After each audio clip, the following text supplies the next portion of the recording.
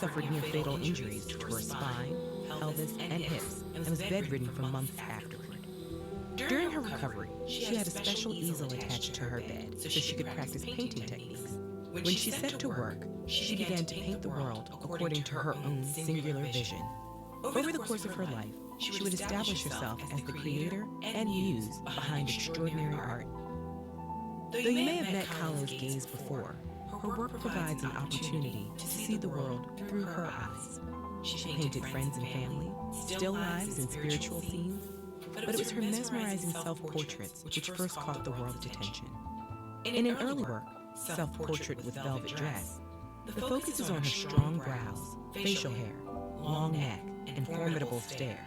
Such features remained, but Kaahlo soon began to present herself in more unusual ways. For example, the broken column uses symbolism, religious imagery, and a ruptured landscape to reveal her physical and mental state. In 1928, Kaahlo started dating fellow painter Diego Rivera. They became lifelong partners and cultivated an eccentric celebrity. Together, they traveled the world and dedicated themselves to art, communist politics, and Mexican nationalism.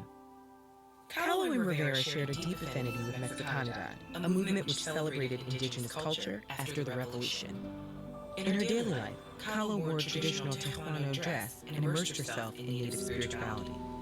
And in her work, she constantly referenced Mexican folk painting, incorporating its bright colors and references to death, religion, and nature. With her imagery of giant floating flowers, undulating landscapes, transplanted body parts, and billowing clouds of demons, Kaahlo has often been associated with surrealism. But while surrealists use dreamlike images to explore the unconscious mind, Kaahlo used them to represent her physical body and life experiences. Two of her most explored experiences were her physical disabilities and her marriage. As a result of the bus accident, she experienced lifelong health complications and endured many hospitalizations. She often contemplated the physical and psychological effects of disability in her work, painting herself in agony, recuperating from operations, or including objects such as her back brace and wheelchair. Meanwhile, her relationship with Rivera was tempestuous, marked by infidelity on both sides. At one point, they even divorced, then remarried a year later. During this period, she painted the double self-portrait, The Two Fridas, which speaks to the anguish of loss and a splintered sense of self. The Frida to the left has a broken heart, which drips blood onto her old-fashioned Victorian dress.